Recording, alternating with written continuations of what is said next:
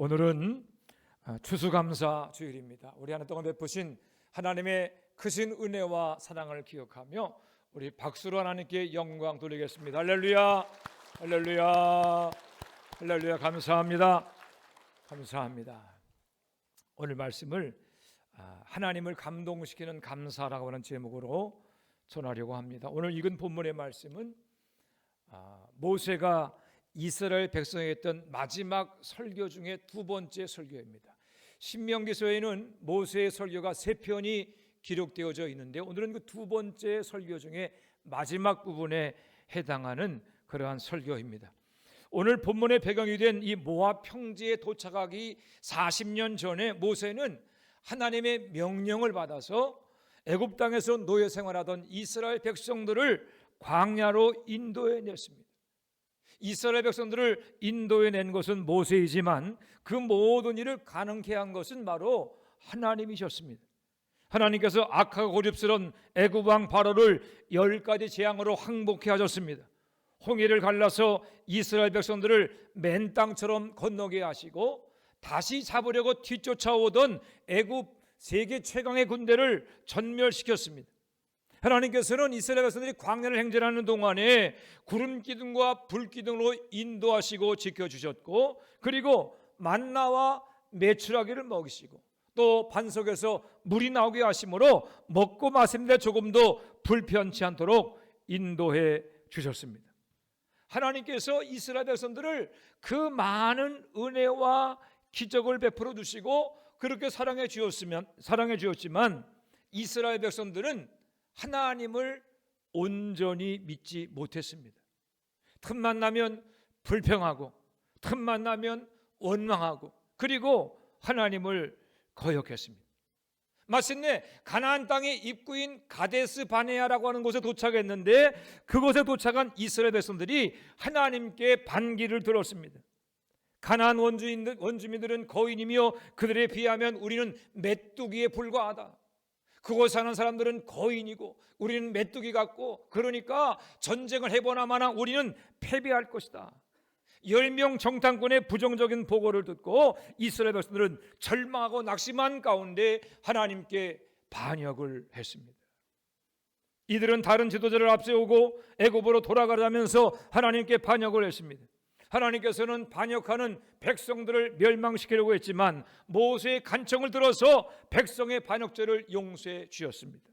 하지만 그들의 죄의 책임을 물으셨습니다. 하나님께서는 그 가나안 땅의 목전인 가데스 바네아까지 왔지만 다시 뒤로 돌아 앞으로 가 광야로 하나님께서 보내셔 행진하게 하셨고, 광야를 행진하는 38년 동안 하나님을 반역했던 가데스 바네아에서 반역했던 20세 이상의 모든 백성들이 광야에서 다 죽임을 당하고 말았습니다. 가데스 바네아에서 반역할 당시에 20세 이상이었던 사람은 한 사람도 남이 없이 광야를 행진하는 38년 동안 다 죽임을 당하고 말았습니다.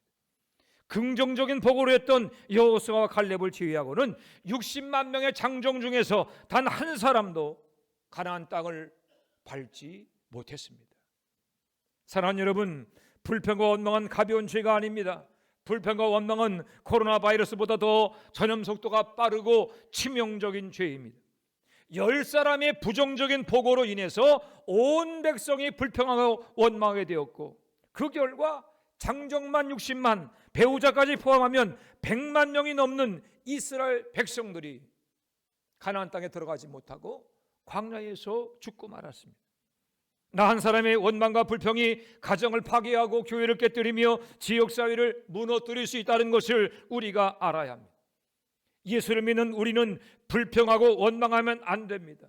우리가 구원받았다고 할 때 이 구원은 입술의 할례까지 포함됩니다. 주 예수를 믿으라, 그리하면 너와 내 가정이 구원을 받으리라. 세상을 향해서 믿음을 선포하고 복음을 전하며 격려와 위로의 말로 가정을 살리고 교회를 세우는 것이 구원받은 증거인 것입니다. 하나님을 반역한 죄의 결과로 출애굽 1세대가 광야에서 다 죽임을 당하고 난 출애굽 40년 차 11월 1일에 이스라엘 백성들은 다시금 가나안 땅의 입구인 모압 평지에 서게 되었습니다.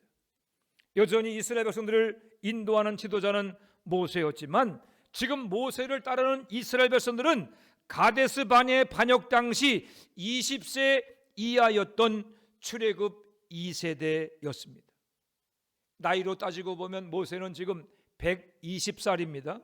백성들 중에서 가장 나이가 많은 사람들은 아무리 많아야 57세였습니다. 그러니까 모세와 이스라엘 백성들의 나이가 무려 63살의 차이가 납니다. 모세가 보기에 이스라엘 백성들은 증손자, 고손자 뻘도 넘습니다. 여러분, 그 어린 그 백성들을 볼 때 모세가 얼마나 마음이 절절했겠습니까? 제가 지난 8월에 미국에 살고 있는 손주들을 보고 왔는데 지금도 눈앞에 손주들의 모습이 삼삼합니다. 손주들을 보니까 얼마나 좋은지, 그냥 아이들이 해달라는 대로 다 해주고 싶어요. 뭐든지 해주고 싶고 어떻게든지 간에 그 아이들에게 기쁨을 주고 싶은 그런 마음이 있었습니다. 손주만 보아도 그런데 증손자 고손자뻘에 해당하는 이스라엘 백성들을 바라보는 모세의 마음은 더 절절했을 것입니다. 이제 나는 이곳에서 죽게 될 터인데 이 백성들이 가나안 땅에 들어가서 하나님의 은혜와 축복을 누렸으면 좋겠다, 그런 간절한 마음을 가지고 있었을 것입니다. 모세의 간절한 마음이 오늘 본문 19절 말씀에 그대로 나와 있는데 우리 신명기 26장 19절 말씀을 함께 읽어보겠습니다. 신명기 26장 19절입니다. 시작.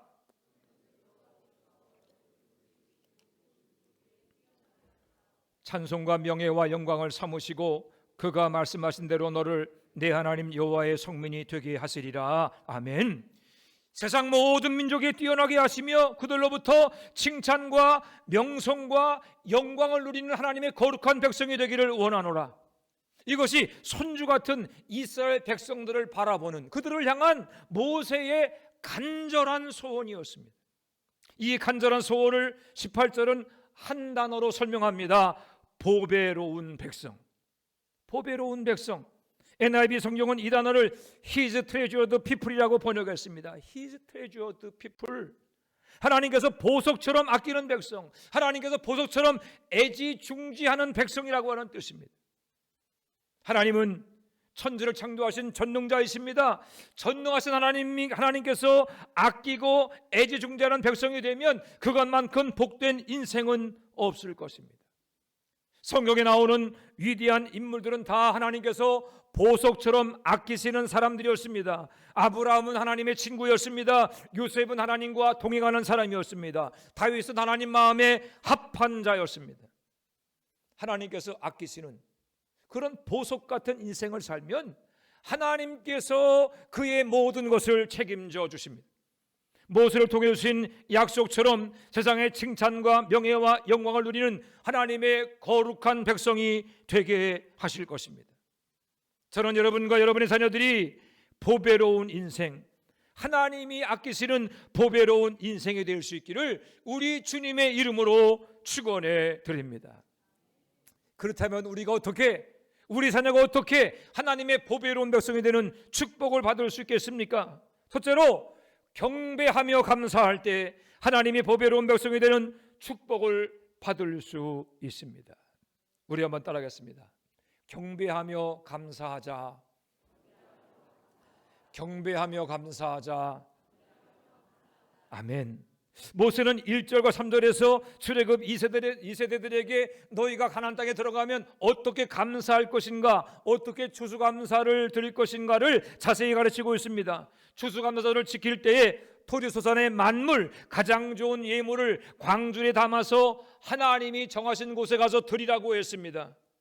토지소산의 만물을 드린다고 하는 것은 최고의 예물을 드린다는 뜻과 함께 내 인생의 주인이 하나님 되심을 고백한다는 뜻을 포함하는 것입니다. 그런데 오늘 본문을 자세히 보게 되면 모세는 하나님께 드리는 감사의 예물과 그것을 드리는 사람을 하나로 묶지 않았습니다.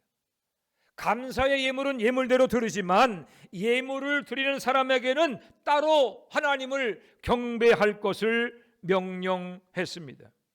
우리 다 같이 10절 말씀을 읽습니다. 10절입니다. 시작.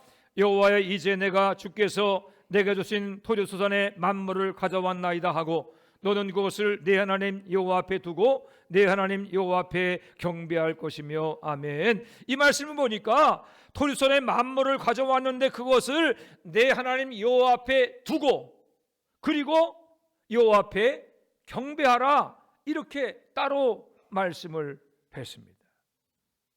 여러분, 왜 모세는 감사의 예물과 하나님께 경배드리는 것을 따로 구별했을까요? 종종 사람들은 감사의 예물이나 드리는 헌금과 자기 자신을 동일하게 생각하는 경우가 있기 때문입니다. 물론 자신이 드리는 헌신과 충성, 감사의 예물이 그 사람의 믿음과 일치하는 경우가 많습니다. 그 사람의 헌신, 그 사람의 충성, 그 사람이 드리는 예물과 감사를 보면 그 사람의 믿음이 어떠한가를 알 수 있습니다. 그렇지만 반드시 그런 것은 아닙니다. 감사의 예물을 하나님께 드린다고 해도 그 마음으로는 하나님을 경배하지 않을 수도 있습니다. 어느 때는 자신의 헌신과 충성, 감사의 예물이나 헌금을 다른 사람과 비교하면서 은근히 내가 이만큼 많이 드리는구나, 내가 이 정도로 헌신하는구나, 그렇게 교만한 마음을 가질 수가 있습니다. 마가복음 12장을 보면 예수님께서 성전에 헌금함 맞은편에 앉아서 헌금하는 사람들의 모습을 보면서 제자들을 가르치신 말씀이 나옵니다. 부자와 과부가 와서 헌금함에 헌금을 넣는 것을 보면서 예수님께서 말씀하십니다. 그때 부자는 많은 돈을 드렸고 과부는 동전 2립을 드렸을 뿐입니다. 드리는 사람의 모습이 어떠했는지 구체적인 설명은 없습니다. 하지만 우리는 앞뒤의 문맥을 통해서 부자들이 자신들이 많은 돈을 헌금한다는 것을 다른 사람들이 알아주기를 바라는 그런 마음으로 드렸다라고 하는 것을 알 수 있습니다. 여러분, 상상이 가시나요? 헌금함에 헌금을 넣는데 누가 내가 드리는 많은 헌금을 좀 알아봤으면 좋겠다, 그런 마음을 가지고 있다면 그 마음이 겸손할까요? 교만할까요? 그렇죠. 누가 알아주지 않나, 이걸 좀 봐야 되는데, 이 소리를 좀 들어야 되는데, 그런 마음을 갖지 않겠습니까? 예수님은 사람들이 하는 의식에서 내가 많이 드린다 라고 하는 것을 자랑하고 싶었던 부자들을 칭찬하지 않으시고 작은 동전 2립을 드린 과부를 칭찬하셨습니다. 사람들이 보기에는 작은 동전 2푼이었지만 주님께서는 그 동전이 그 과부의 하루 생활비 전부였음을 아셨기 때문입니다. 우리가 감사의 예물을 드릴 때 명심해야 할 것은 그 예물과 함께 우리의 마음, 우리의 믿음도 함께 드려야 한다는 것입니다. 혹 감사의 예물을 드리면서 이만하면 내 믿음이 대단하다, 이만하면 내가 상당히 하나님의 은혜를 인정하고 있다라고 생각하며 스스로 생각한다면 그것은 하나님을 경배하는 자세가 아닙니다. 내 모든 것은 하나님이 주신 것입니다. 내 생명의 주인도 하나님이시고 내 인생의 모든 소유도 다 하나님의 것입니다. 내가 벌어서 통장에 들어가 있는 것 내 돈인 것 같지만 하나님께서 얻도록 해주신 것입니다. 내가 땀 흘려서 모든 것 거둔 것 같지만 하나님이 거둘 수 있도록 해주신 것입니다. 오늘 본문에서 모세는 너희가 소유하는 땅, 너희가 속에서 거둔 농산물, 내가 살고 있는 내 집, 너희 자녀들 가족이 누리는 모든 복이 다 하나님께로부터 온 것이라고 하는 것을 반복해서 강조하고 있습니다. 무엇을 드리든 얼마만큼 드리든 너희의 모든 것은 하나님이 주셨음을 기억하고 하나님만이 너희들의 참된 주인이심을 결코 잊지 말라고 하신 것입니다. 무엇보다 경배한다고 할 때 그 경배는 하나님을 하나님으로 인정하는 믿음의 표현입니다. 아무나 경배할 수 없습니다. 하나님을 만난 사람만이 경배합니다. 하나님을 하나님으로 깨달은 사람만이 경배할 수 있습니다. 하나님의 기적과 은혜를 체험한 사람만이 하나님을 진정으로 경배할 수 있습니다. 불타는 떨기나무 형상으로 찾아오신 하나님을 모세가 만났을 때 모세는 하나님 뵙기를 두려워해서 얼굴을 가렸다라고 기록하고 있습니다. 저는 모세가 그냥 뻣뻣하게 손채로 그냥 얼굴만 가렸다 그렇게 생각하지 않습니다. 얼굴을 가리고 땅바닥에 엎드렸을 것입니다. 하나님을 만난 모세는 하나님을 경배한 것입니다. 여리고성 전투를 앞둔 여호수아가 칼을 든 여호와의 군대 장관을 만났습니다. 여호와의 군대 장관 곧 하나님을 만났을 때 여호수아는 얼굴을 땅에 대고 엎드려 절했습니다. 하나님을 만났기 때문에 하나님을 경배한 것입니다. 예수님 말씀에 순종해서 깊은 곳에 가서 그물을 내린 베드로가 그물이 찢어질 만큼 많은 고기를 잡게 되었습니다. 예수님이 행하신 기적을 보고 베드로는 즉시 예수님 발 앞에 엎드렸습니다. 예수님이야말로 나의 주, 나의 하나님 되심을 깨닫고 경배한 것입니다. 반모섬에 유배된 사도 요한이 환상 중에 빛 가운데 임하신 예수님을 뵙게 되었습니다. 영광의 모습으로 찾아오신 예수님을 뵙는 순간 사도 요한은 죽은 자같이 엎드렸습니다. 부활하신 예수님, 하나님이신 예수님을 만나 뵙고 경배하게 된 것입니다. 사랑하는 전제일교회 성도 여러분, 하나님께 감사의 예물을 드리기에 앞서 여러분의 마음을 살펴보시기를 바랍니다. 여러분의 마음의 왕좌에 지금 누가 앉아 계십니까? 하나님이 계십니까? 아니면 재물이 앉아 있습니까? 누가 여러분 인생의 주인이십니까? 우리를 위해서 십자가에 생명 바치신 예수님이 우리의 주인이십니까? 아니면 내 생각과 경험과 세상의 욕망이 주인입니까? 경배란 내 마음의 왕좌에 주님만 모시는 것입니다. 예수님을 내 인생의 주인으로 인정하고 그분의 말씀만 따라가는 것입니다. 하나님의 보배로운 백성이 되기를 원하신다면 감사의 예물과 함께 하나님을 진정으로 경배하는 여러분들 되시기를 바랍니다. 예수님이 나의 주, 나의 하나님이심을 고백하고 하나님만을 섬기며 그 말씀에 순종하는 삶을 살게 되시기를 바랍니다. 그리함으로 하나님을 감동시키는 감사로 하나님께 보배로운 백성으로 인정받고 하나님의 보배로운 백성으로 살아가는 화천제일교회 모든 성도가 되시기를 주님의 이름으로 축원해 드립니다. 두 번째로 함께 기뻐하며 감사할 때 하나님의 보배로운 백성이 되는 축복을 받을 수 있습니다. 우리가 추수감사의 기쁨을 함께 나눠야 되고 구원의 기쁨도 함께 나누어야 됩니다. 우리 신명기 26장 11절 말씀을 읽어보겠습니다. 신명기 26장 11절 말씀 읽습니다. 시작.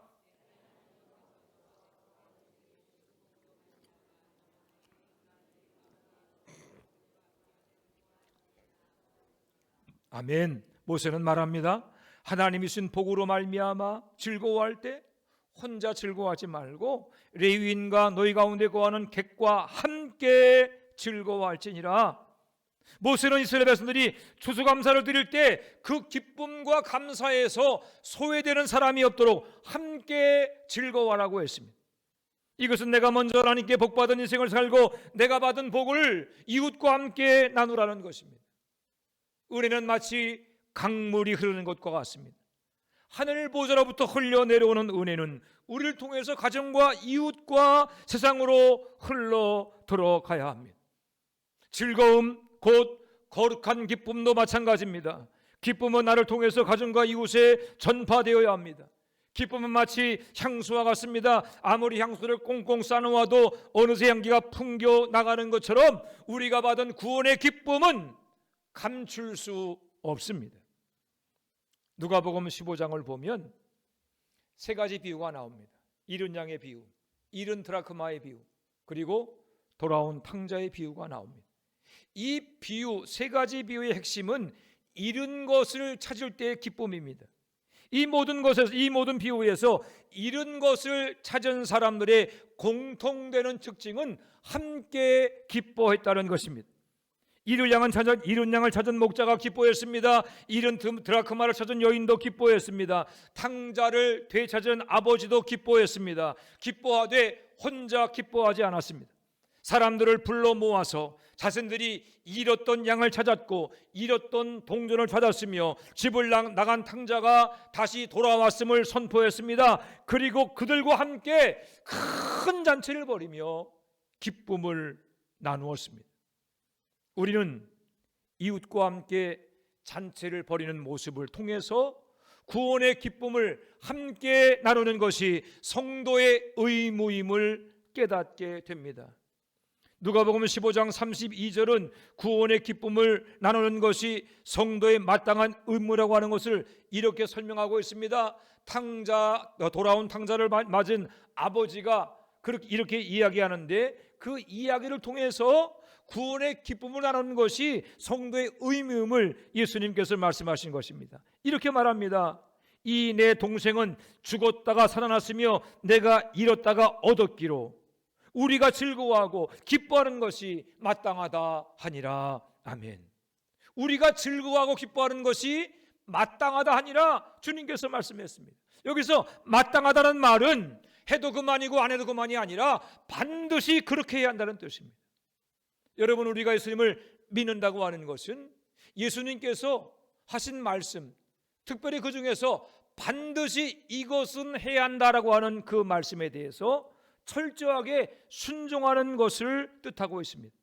예수님께서 탕자의 피를 통해서 우리에게 주신 명령은 잃었던 영혼을 되찾았을 때 그 구원의 기쁨을 반드시 함께 나누며 즐거워하라 라고 하는 것입니다. 여러분들이 예수 구원의 복음으로 구원을 받았다고 하게 되면 마땅히 즐거워하며 기뻐해야 한다고 하는 것입니다.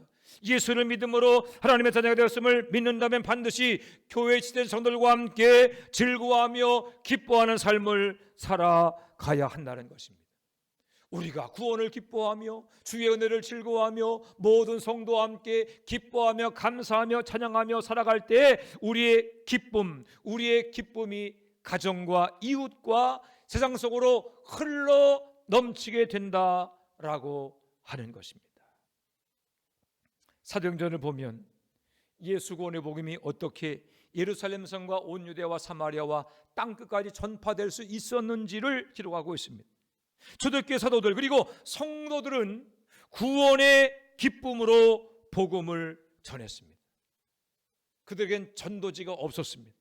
하지만 그들의 얼굴에서 떠나지 않는 구원의 기쁨과 감격, 구원으로 인한 즐거움, 함께 모여 주를 찬양하는 그 기쁨으로 인하여서 예수 구원의 복음이 강력한 전도의 능력으로 나타나게 된 것입니다. 사도행전 5장을 보면 예수 복음을 전하던 사도들이 유대 종교 지도자에게 붙잡혀서 옥에 갇히고 매를 맞았습니다. 그런데 그들이 예수님의 이름을 위해서 고난 당하는 것을 함께 기뻐했다라고 기록합니다. 사도행전 8장을 보게 되면 유대교의 박해를 피해서 흩어진 사람들이 사마리아 지역에 내려가서 복음을 전할 때 그 성에 큰 기쁨이 있었다라고 했습니다. 박해를 피해서 도망치면서 복음을 전했지만 그럼에도 구원의 기쁨을 잃지 않았다는 것입니다. 사랑하는 여러분, 복음이 전파되는 동안에 항상 좋은 일만 있었던 것은 아닙니다. 박해도 있고 고난도 있고 조롱과 비난도 있었지만 사도들과 성도들은 기쁨을 잃지 않았습니다. 무슨 일을 만나도 기뻐했습니다. 옥중에서도 하나님을 찬양했습니다. 모든 성도들이 함께 예수 구원을 기뻐하며 하나님을 기뻐하며 그리스도로 말미암아 주어질 영원한 천국을 소망하며 기뻐했습니다. 온 성도가 함께 구원을 기뻐하며 하나님 은혜에 감사하며 감사함으로 복음이 전파되고 교회가 세워지는 곳마다 그 무엇으로도 빼들 수 없는 하늘의 평강과 기쁨이 임하는 영적 선순환이 계속되었던 것입니다. 오늘도 가장 강력한 능력이 나타나는 그러한 전도지는 종이로 인쇄된 전도지가 아닙니다. 예수 그리스도를 믿는 여러분들의 얼굴이 주변의 불신자들에게 복음을 증거하는 가장 강력한 전도지가 되는 것입니다. 여러분, 구원받았습니다. 하나님의 자녀가 되었습니다. 주님께서 우리 삶을 인도하시고 책임지시고 공급해 주십니다. 우리에게 영원한 천국의 소망이 있습니다. 여러분 얼굴 표정이 어떻게 되겠어요? 이렇게 되겠어요? 여러분, 구원의 감격이 있는데 우리 얼굴 표정이 어떻게 돼야 되겠느냐고요. 엄숙하고 근엄하고 항상 인상 쓰고 이러고 다니면 되겠어요, 안 되겠어요? 그렇지 않죠. 기쁨은요, 여러분 환한 얼굴로 나타나야 됩니다. 구원의 감격과 기쁨이 넘치는 얼굴로 살아가야 우리가 전하는 복음이 능력을 얻게 될 것입니다. 하나님을 즐거워하며 기뻐하는 삶을 살아야 저 사람이 믿는 예수가 진짜인가 보다 하고 하나님 영광 받으시는 구원의 역사가 일어나게 될 것입니다. 오늘은 여러분 추수감사주일입니다.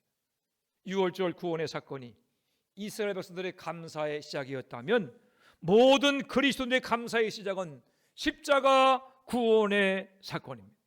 하나님의 독생자 예수께서 우리 죄를 대신해 십자가의 죽으심으로 우리가 죄와 질병과 죽음에서 해방되어 영원한 천국 백성으로 살게 되었습니다. 하나님 베푸신 모든 은혜를 기억하며 구원의 기쁨과 즐거움으로 감사하는 여러분들 되시기를 바랍니다. 한 마음으로 기뻐하며 함께 즐거워하는 여러분들 되시기를 바랍니다. 모든 성도들이 함께 누리는 구원의 기쁨과 즐거움을 통해서 가정과 이웃 그리고 이 지역사회에 예수 복음이 전파되고 더 많은 영혼들이 주님 앞으로 돌아오는 구원의 역사가 일어나게 되기를 바랍니다. 그리하므로 여러분과 여러분의 자녀들에게 모든 민족 위에 뛰어나게 하시며 세상의 칭찬과 명예와 영광을 누리는 하나님의 보배로운 백성으로 살아가는 놀라운 축복이 임하게 되기를 우리 주님의 이름으로 축원해 드립니다. 기도하겠습니다.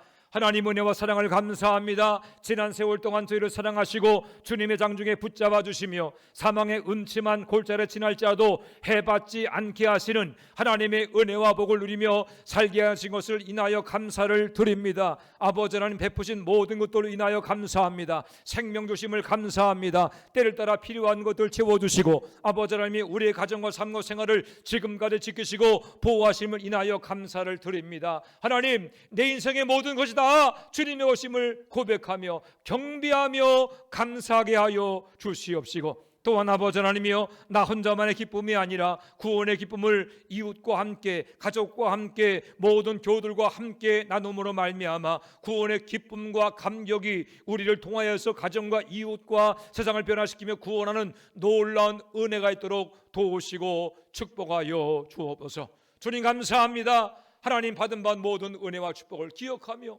하나님께 찬양과 영광을 돌려드립니다. 우리의 감사와 우리의 기쁨과 예배를 받아주시옵시고 머리 숙인 모든 백성들에게 하나님의 보배로운 백성이 되게 하는 놀라운 축복이 임하게 하여 주옵소서. 감사드리며 예수님의 이름으로 기도해 싸움나이다. 아멘.